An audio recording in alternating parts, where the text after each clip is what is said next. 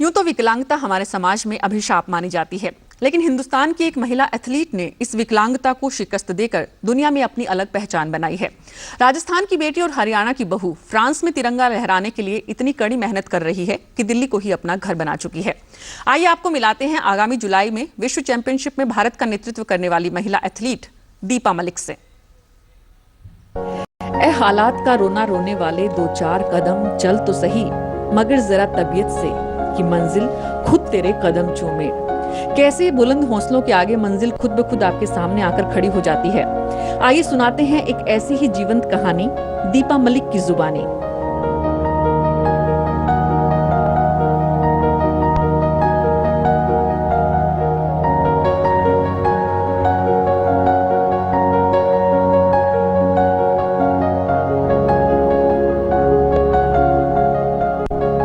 समाज की जो रूढ़िवादिता थी, जो एक सोशल स्टिग्मा थी अगेंस्ट डिसेबिलिटी, क्योंकि मैंने चल के ज़िंदगी एक बहुत खूबसूरत लंबी अच्छी एथलेटिक 5 फीट 9 मेरी हाइट रही और एक खूबसूरत महिला की ज़िंदगी जी, और अचानक मेरा छाती का पूरा निचला हिस्सा लकवाग्रस्त हो गया। मुझे ब्लैडर कंट्रोल ख़त्म हो गया, बाउल कंट्रोल ख़त्म हो गया और मैं बिल्कुल कुर्सी पर आ गई। मुझे 1.5 साल लगे उठ के बैठने में 3 ऑपरेशंस के बाद।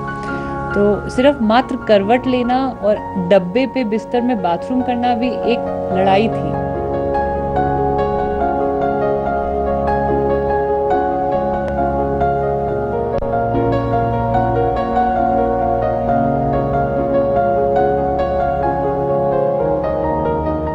जीना तो है तो क्यों न हंसकर, जिंदगी एक सफर ही तो है।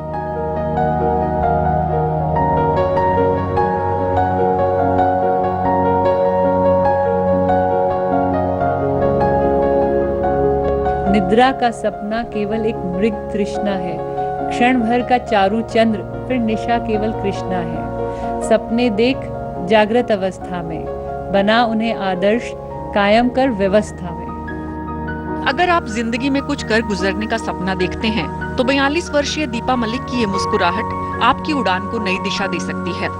घावों से हताश होने के बजाय कैसे उन्हें कामयाबी का जरिया बनाएं, इसकी मिसाल है ये अंतर्राष्ट्रीय एथलीट जो फ्रांस में वर्ल्ड पैरालंपिक एथलेटिक्स चैंपियनशिप में भारत का नेतृत्व करने जा रही है।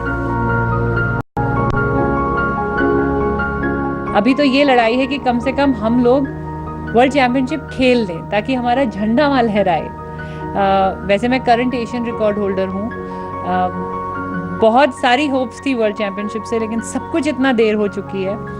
तो एटलीस्ट मेडल नहीं तो मैं कम से कम एशियन गेम्स के लिए यहाँ पे क्वालिफाई करके आऊँ, और एशियन गेम्स 2014 में कुछ मेरा बड़ा मेडल लेने का विचार है। वर्ल्ड पैरालंपिक एथलेटिक्स चैंपियनशिप विकलांग कैटेगरी के खिलाड़ियों के लिए अंतर्राष्ट्रीय पैरालंपिक कमेटी आयोजित करती है। इस प्रतियोगिता में भाला फेंक और गोला फेंक में क्वालिफाई करने वाली दीपा भारत की अकेली महिला है, लेकिन दीपा की कोशिश है और चाहत भी कि उनकी जैसी दूसरी महिलाएं भी इस मुकाम को हासिल करें।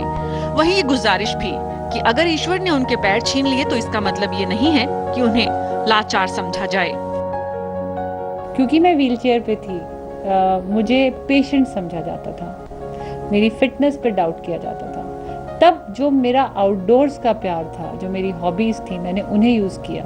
क्योंकि I was just a graduate when I got married. तो मैंने अपने लिए एक रास्ता चुना कि मैं ऐसा क्या करूं जो लोग फाइनली ये बिलीव करें कि व्हीलचेयर पे रहते हुए, पैरालिसिस होते हुए मेरी ज़िंदगी अच्छी है, मैं खुश हूँ और मैं फिज़िकली फिट हूँ।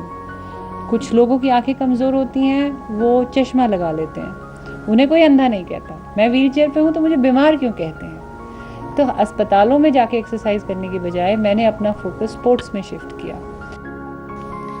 दीपा की यह जद्दोजहद इसलिए नहीं है कि उसे विकलांग होने का गम है, बल्कि वह भूल नहीं पाती उन दिनों को जब रीढ़ की हड्डी में ट्यूमर के कारण आज से 15 साल पहले वो लकवे का शिकार हो गई।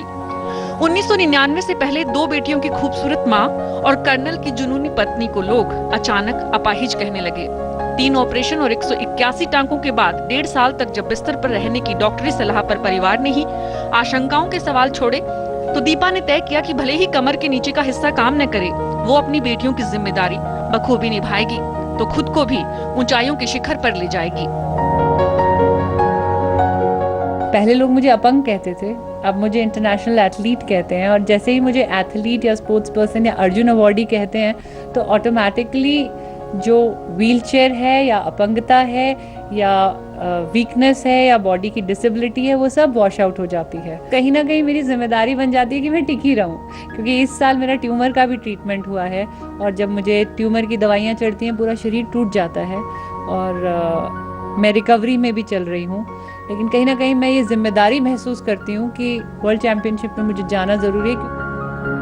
इसे व्हीलचेयर के साथ मोटरसाइकिल और कार रेसिंग में लिम्का रिकॉर्ड बनाया तो दीपा ने तैराकी में नए कीर्तिमान स्थापित कर यमुना नदी को पार किया। दीपा की कोशिशों का ही नतीजा है कि हवाई जहाज में व्हीलचेयर पर सफर करने वालों के बोर्डिंग पास पर मरीज की जगह मेहमान लिखा जाता है, तो सामान्य खिलाड़ियों के बराबर खेल मंत्रालय पैरा खेलों में पदक जीतने वालों को पुरस्कार राशि देने लगा है। लेकिन दीपा की जंग अभी भी जारी है। पैरा स्पोर्ट्स को उसका हक मिले, इसके लिए वो अपनी आवाज बुलंद करना चाहती है। मैं बहुत बार कहता हूं कि अपने खेलों पे ध्यान दो, लेकिन वो प्रयत्न में लगी रहती हैं कि और खिलाड़ियों का भी भला हो। तो कुछ खेलों में भी कुछ पॉलिटिक्स हैं जो जिन पे इनका ध्यान चला जाता है कि और प्लेयरों का भी नुकसान ना हो। व्यवस्थागत खामियां दीपा के रास्ते में बाधा नहीं बन सकती, क्योंकि हौसले बुलंद हैं तो परिवार का साथ भी। लेकिन दीपा की ख्वाहिश है कि उनके जैसे इरादे वाले दूसरे खिलाड़ी भी इस मुकाम को हासिल करें और उनका जुनून भी सफलता में तब्दील हो। ये मुकाम दीपा ने हासिल किया है तो खुद के साहस और इच्छा शक्ति से। विश्व चैंपियनशिप की तैयारी के लिए वो कड़ी मेहनत को भी तैयार हैं। लेकिन चुनौतियों भरे ऐसे सफर को पार करने में अगर व्यवस्था भी अपनी जिम्मेदारी को समझे तो हौसलों को उड़ान नई मिल सकती है।